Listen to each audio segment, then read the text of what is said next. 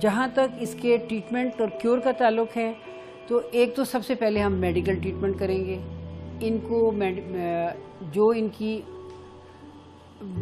Basic बीमारी है उसका इलाज करेंगे, प्लस इन्हें एंग्जाइटी के इलाज के लिए भी बहुत सारी अब दवाइयाँ आ गई हैं। एक तो हमें उन्हें कहते हैं सेरोटोनिन ब्लॉकर्स हम इनको देते हैं। इसका मतलब है कि इनके कॉज के अंदर सेरोटोनिन का रोल है। तो जब हम ये दवाइयाँ देते हैं तो उनकी एंग्जाइटी कम हो जाती है।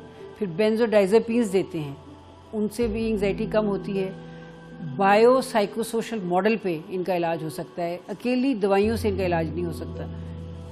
उसके अलावा ये है कि साइकोथेरेपी करते हैं। किस तरह की साइकोथेरेपी? तो इंडिविजुअल साइकोथेरेपी करते हैं कि उसको समझाते हैं, गाइड करते हैं कि देखो जितना मर्जी तुम्हारा दिल घबराए, चूँकि तुम्हें हार्ट प्रॉब्लम नहीं है इसलिए तुम्हें हार्ट अटैक नहीं होगा, तो ये जानलेवा नहीं है, इससे तुम मरोगे नहीं।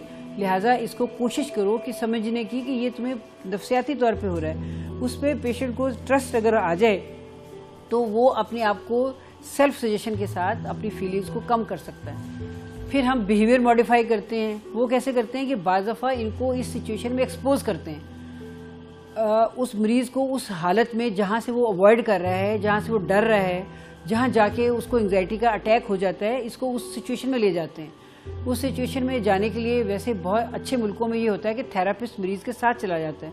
यहाँ ज़ाहिर है हम मरीज़ के साथ नहीं जा सकते, तो हम उसकी फैमिली को ये गाइड करते हैं कि आहिस्ता आहिस्ता ग्रेजुअली इसको एक्सपोज करें और उस सिचुएशन में ले जाएं, ताकि ये आहिस्ता आहिस्ता इसको समझ ले कि ये एक ऐसा कंट्रोलेबल उसकी सिचुएशन है, तो बार बार उसको ये अटैक उस जगह पे जाने से ना हो, अवॉइडेंस ना हो, जो उसके वर्क परफॉर्मेंस पे असरअंदाज ना हो। तीसरी इसमें है CBT जिसे हम कहते हैं, वो आजकल बड़ा पॉपुलर मॉडल है, जिसे कहते हैं कॉग्निटिव बिहेवियर थेरेपी। उसमें क्या होता है, कॉग्निशन आपको पता है किसको कहते हैं? थिंकिंग प्रोसेस को कहते हैं। बिहेवियर और थिंकिंग पे हम फोकस करते हैं, कोशिश करते हैं कि उसकी थिंकिंग चेंज करें, जिससे उसका बिहेवियर और उसकी फीलिंग चेंज हो।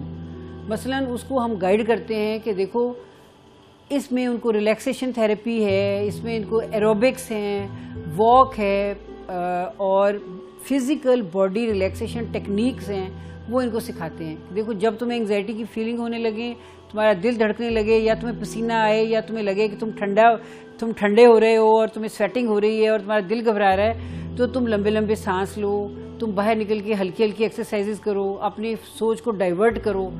और डाइवर्जन से मसलन कोई अच्छी सी फिल्म देखना शुरू कर दो, कोई गाना सुनना शुरू कर दो, ठंडा पानी पी लो, वॉक शुरू करो। मतलब अपनी कॉग्निशन को, अपनी थिंकिंग को इससे हटाओ, इसको किसी और डाइवर्जन में ले जाओ। ये काफ़ी सक्सेसफुल है। इससे भी हम ख़ास तौर पे नौजवानों को काफ़ी हद तक इसमें उनका इलाज कर सकते हैं।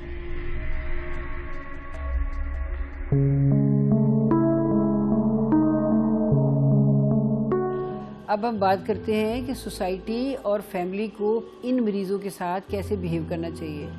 एक तो जिस फैमिली में एंग्जाइटी की हिस्ट्री हो, डिप्रेशन की हिस्ट्री हो, मूड डिसऑर्डर की हिस्ट्री हो, जिस पे हम पहले बात कर चुके हैं, वहाँ फर्स्ट कज़न मैरिजेज़ अवॉइड करें।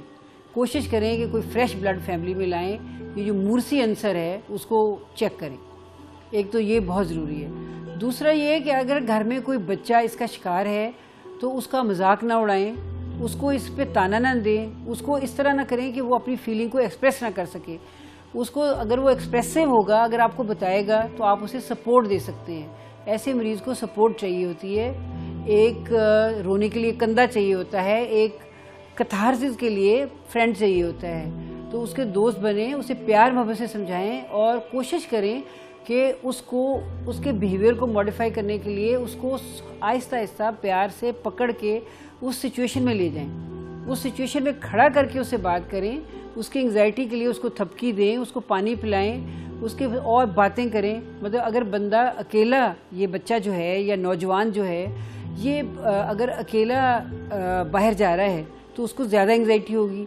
अगर उसके साथ बच्चा है या उसके साथ उसकी बीवी है या बीवी के साथ उसका हस्बैंड है या उसका साथ दोस्त कोई साथ है या कोई पेट साथ है, तो ये एंग्जाइटी कम होगी। इसलिए ज़रूरी है कि कोशिश करें कि ऐसा बंदा जब बाहर जाए कि उसका कोई पार्टनर, कोई साथी उसके साथ हो। तो ये अवॉइड हो सकता है। और ये इजीली हो सकता है, जैसे उसने अपने रोज़ कॉलेज जाना है या रोज़ स्कूल जाना है, तो इर्द गिर्द नेबरहुड में कोई उसका दोस्त, कोई उसका साथी उसका साथ दे दे। शाम को उसने निकलना है, वॉक पे निकलना है या काम से दुकान पे जाना है, तो अपना कोई पेट साथ ले जाए। अब हमारे यहाँ पेट का रिवाज नहीं है, बच्चे को गोद में उठा ले ताकि उसको डाइवर्जन में रहे। वो अकेला होगा तो उसको इनसिक्योरिटी होगी। जो ऐसे लोगों में एक और टेंडेंसी देखने में आई है कि ये लोग कोशिश करते हैं कि घर के करीब रहें। घर के करीब वो अपने आप को ज़्यादा सिक्योर फील करते हैं। उनको लगता है वो जितने दूर हो जाएंगे तो इनसिक्योर हो जाएंगे। तो इसलिए अगर इनका कोई साथी, कोई दोस्त इनकी बात सुन ले और इनकी इस प्रॉब्लम को टैकल कर ले तो आसानी हो जाएगी। और सोसाइटी में वैसे आपको पता है कि जो ज़हनी बीमारियां हैं उनके बारे में एक स्टिग्मा है। हर चीज़ को स्टिग्मा से निकालें, इसको समझें कि ये एक इंसान की थोड़ी एबनॉर्मल फीलिंग्स हैं। Normal anxiety, healthy anxiety problems में हो तो बहुत अच्छा है। एंग्जाइटी ना होना भी बहुत एपैथेटिक है। जिन सोसाइटी में इश्यूज़ के ऊपर आप रिएक्ट नहीं करते, वो सोसाइटीज़ भी प्रॉब्लम का शिकार हो जाती हैं। इशू हो तो रिएक्ट भी करना चाहिए, ना करना भी ठीक नहीं, लेकिन ज़्यादा करना भी ठीक नहीं। इसलिए इसके अंदर बैलेंस रखना ज़रूरी है। नाजरीन, आज हमने एंग्जाइटी पे बात की है। उम्मीद है कुछ चीज़ें आपको समझ में आई होंगी, और अगर कोई ऐसा बंदा आपकी ज़िंदगी में आए तो उसका आप ख्याल रखेंगे।